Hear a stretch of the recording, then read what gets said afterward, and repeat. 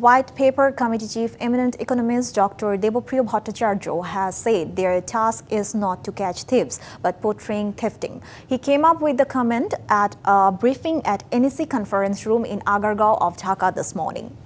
Earlier, the White Paper Committee on Bangladesh's Economy handed over a report to Chief Advisor Professor Dr. Mohammad Yunus on Sunday at the end of their 90 days work.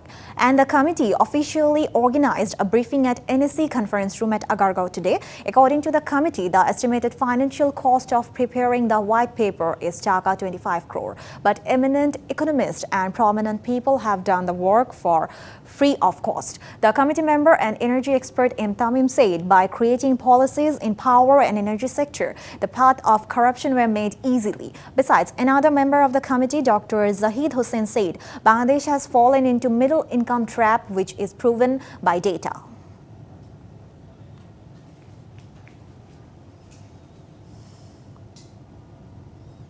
নগদের সর্বোচ্চ বার 167 টাকা রিচার্জে পাবেন 1 লাখ টাকা পুরস্কার। আরও আছে প্রতি সপ্তাহে পুরস্কার ও ক্যাশব্যাক।